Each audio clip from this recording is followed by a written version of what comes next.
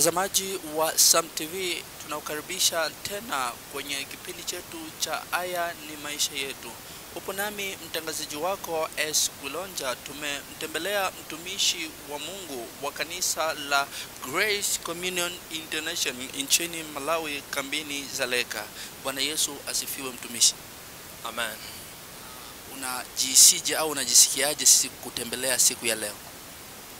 Najisi furaha kwa sababu ni vizuri kutembelewa na watumishi wa Mungu na watu mbalimbali kuja kutusikia na kufahamu mengi zaidi kulingana na kanisa na mambo mengine. Tunashukuru. Labda mtumishi wa Mungu tukufahamu, wewe ni nani?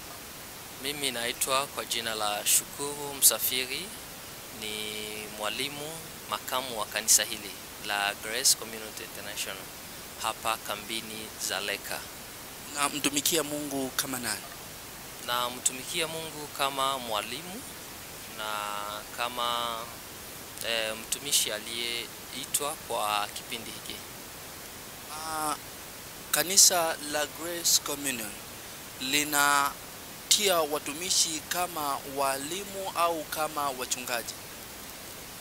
Ya kanisa la Grace lina wachungaji na lina walimu na lina watumishi wote ambao wanaenea. Nikusema kwa kifupi, nikusema kwamba kanisa hili linatumika ngazi zote ambazo zimekubaliwa kulingana na maandiko matakatifu.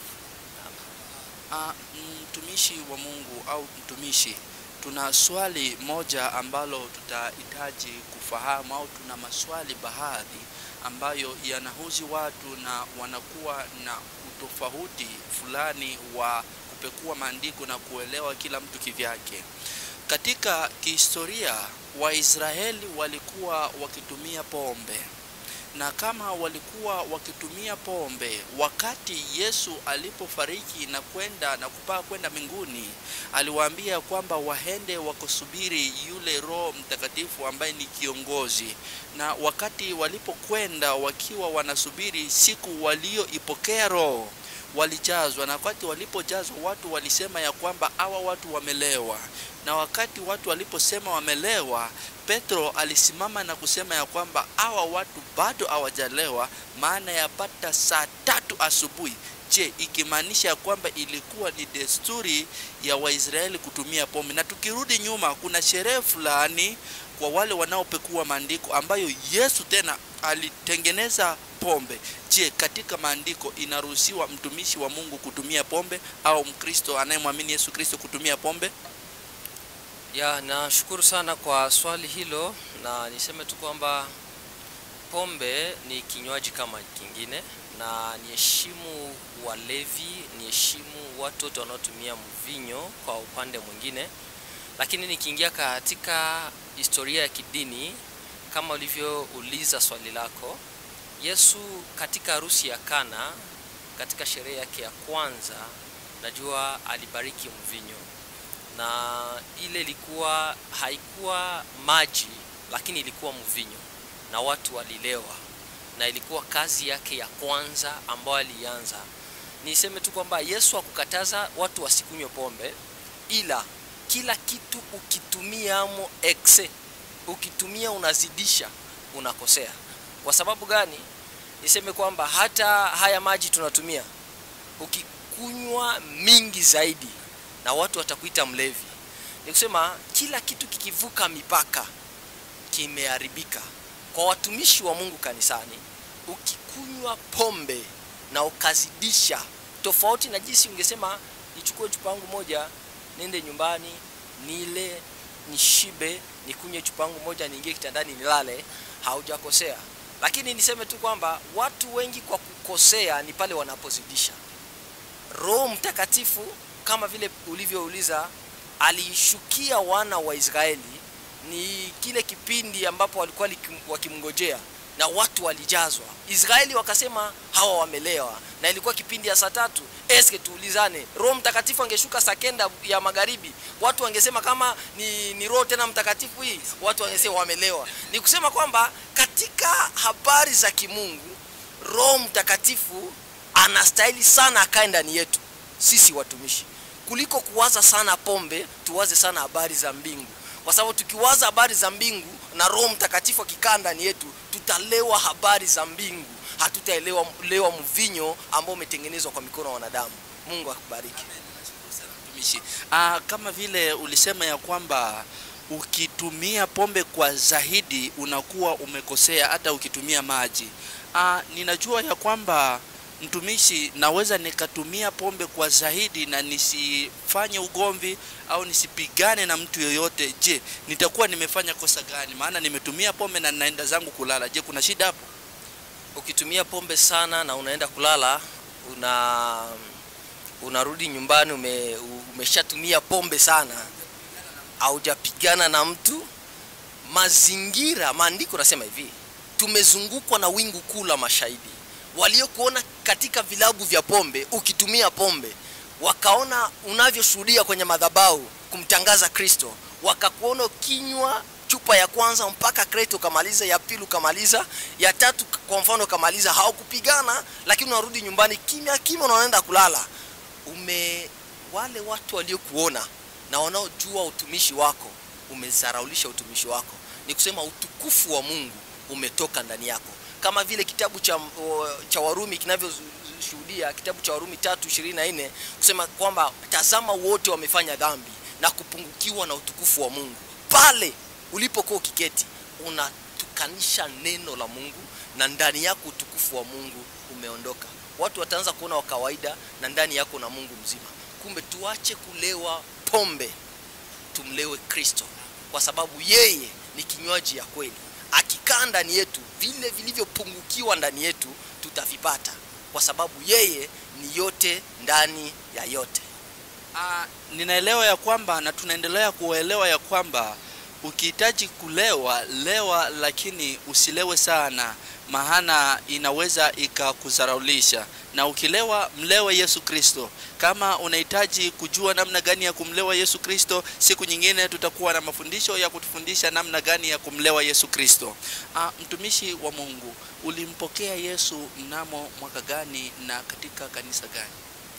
Nimempokea Kristo katika kanisa la Witi Msepake Kongo, na ilikuwa pale Uvira mnamo mwaka wa 2025, na nimezaliwa katika dini hiyo, nikakomalia katika dini hiyo, nikimaanisha kwamba katika mwaka huo ndipo nimeamua nibatizwe.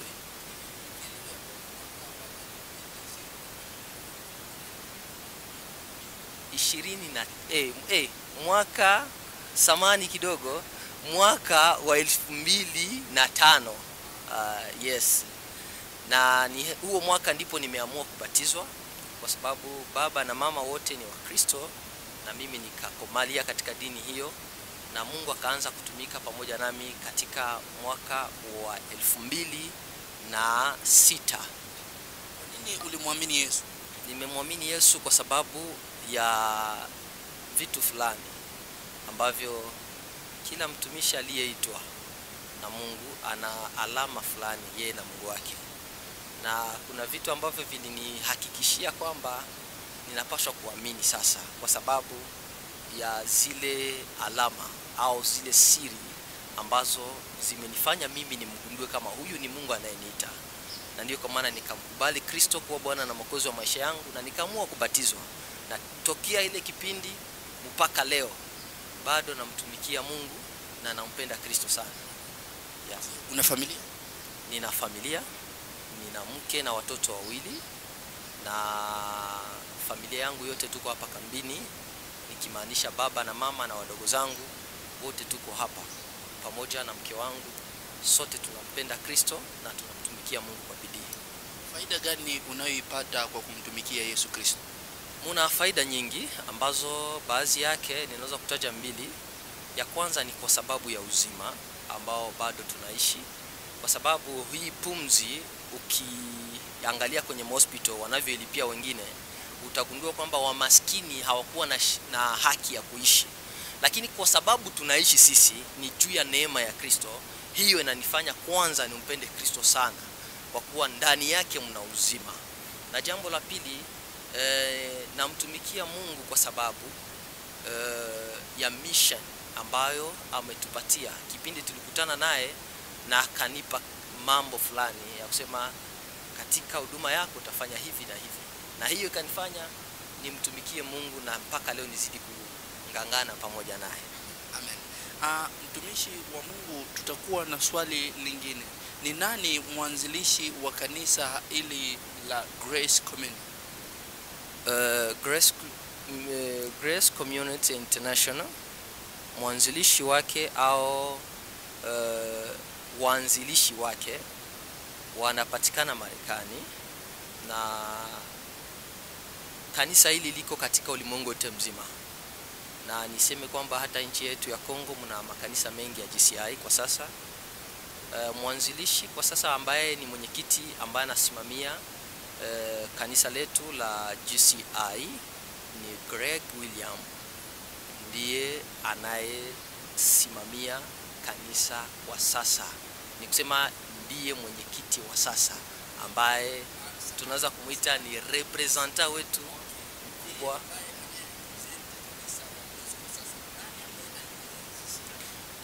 Aliyelianzisha ni William mwenyewe ambaye yuko huko Marekani, ndiyo mpaka sasa hivi.